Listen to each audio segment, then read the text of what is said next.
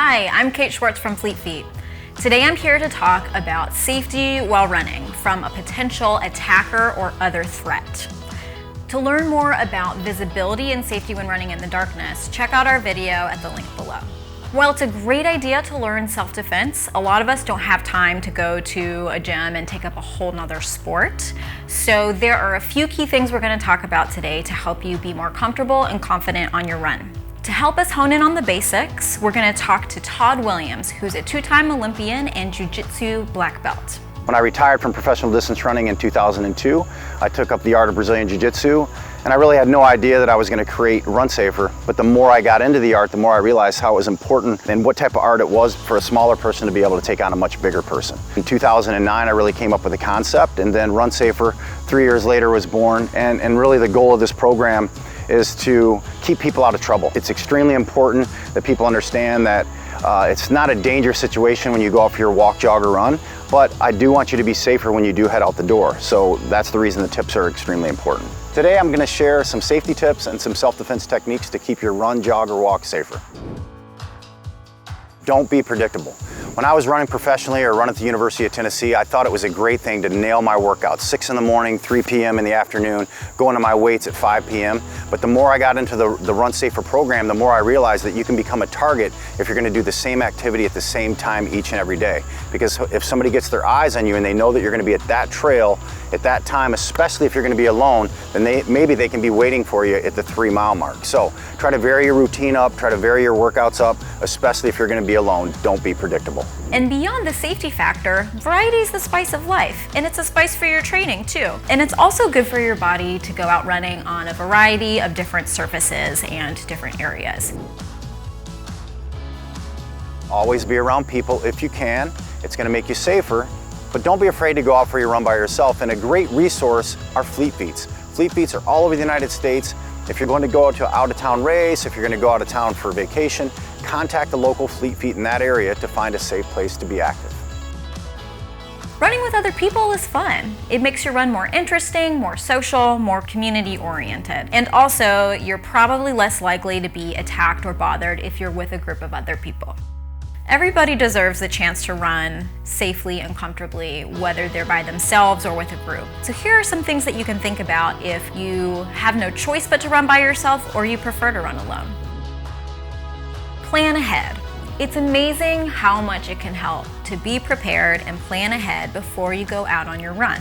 Have a self-defense plan and have mental rehearsals. You never know if there's going to be a situation where somebody may approach you. The more in your mind that you can go over different scenarios, let it be work, let it be church, wherever you're going to be, if you can go over it in your mind and do those dress rehearsals, you're going to be in a much safer position if you encountered a dangerous situation if you were out running or walking.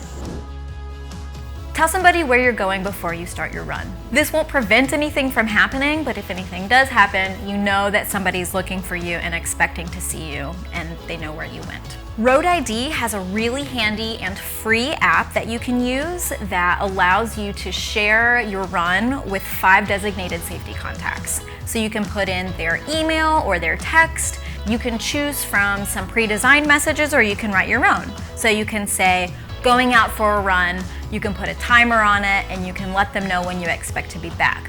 If you use an app like this, be sure and let your contacts know ahead of time so that they are expecting it, they don't think it's spam, and they know what it's all about. When you're sharing your information, make sure you know what your privacy settings are so somebody can't get your eyes on your information, because maybe you love to run this park on a Monday and you love sharing that on your Facebook, and somebody sees that and you don't have your settings set correctly and they know that you're going to be there. So a lot of great things that you can utilize on your smartphones for the positive. Just stay away from sharing too much information. Strava is a great platform to share your runs with your community, but be mindful of your privacy settings. It actually allows you to select a privacy zone. So if you don't want people to see where you live, you can put your house within your privacy zone and put a radius around it so people can't see where you live. Take 20 seconds of time when you pull into any venue and just do a 360 check. Make sure the doors are locked, especially if you're in a vehicle that automatically unlocks when you turn the vehicle off. Just look around, make sure nobody's following you, and make sure there's nobody that's coming up to your vehicle. And then when you get out of your vehicle, make sure that you're not on your phone and you're not looking back into the vehicle. Make sure you're facing the environment that you're about to go into. On the way back to your vehicle, do the same thorough safety check. You may even want to take a look in the back of your car, make sure if you have a van or whatever it is, before you enter the vehicle to make sure that you're safer.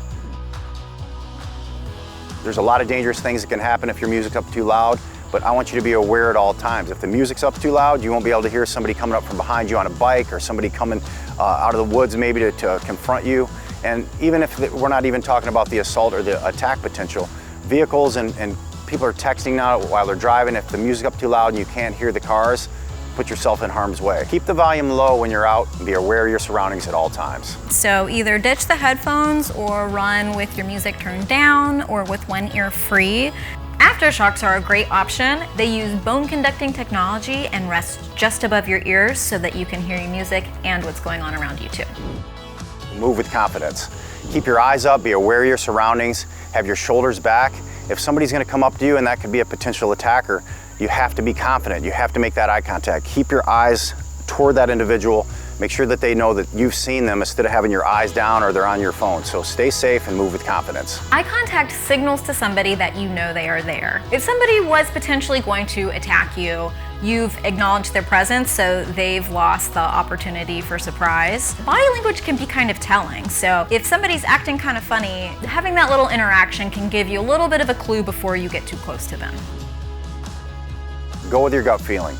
If you're ever in a situation, maybe coming out of the store or going down a bike trail, and you have a feeling that something's not right, it's best to listen to those feelings and go back to that car or go back inside to have a staff member walk you to your vehicle. Whatever it is, a lot of people will shy away from that gut feeling, but if you have it, your gut feeling could potentially keep you away from walking into a dangerous situation. If you're out walking, jogging, or running and somebody approaches you and you end up potentially being in a physical confrontation with someone, have a name in your head that you could start screaming out like that person's right down the trail, on the other side of the parking lot, wherever it is where that potential attacker thinks somebody's coming to your safety. So instead of yelling fire or some other word, if you can direct, hey Todd, over here, that right there may keep you out of a physical confrontation and that attacker may leave because somebody's coming to your safety. If you do feel threatened, don't be afraid to draw attention to yourself. Yell, make noise, get somebody's attention so that they could potentially call for help or help you themselves. If you do need to call for help, most iPhones and some Androids have a feature where if you hold the buttons down, it will automatically start a countdown to call 911. Make sure that you know how your phone works if you're running with your phone and how you can use it to quickly call for help should you need to. If you ever do need to call 911, after that happens and a situation is resolved, insist on a copy of a police report. This is something that can actually draw attention to the area should it be in a place that authorities need to know is a problem. I hope you found this video to be helpful. If you liked it, be sure to give us a thumbs up and consider subscribing. If you've got some suggestions on how to be safer on your run, go ahead and offer them up on the comments below.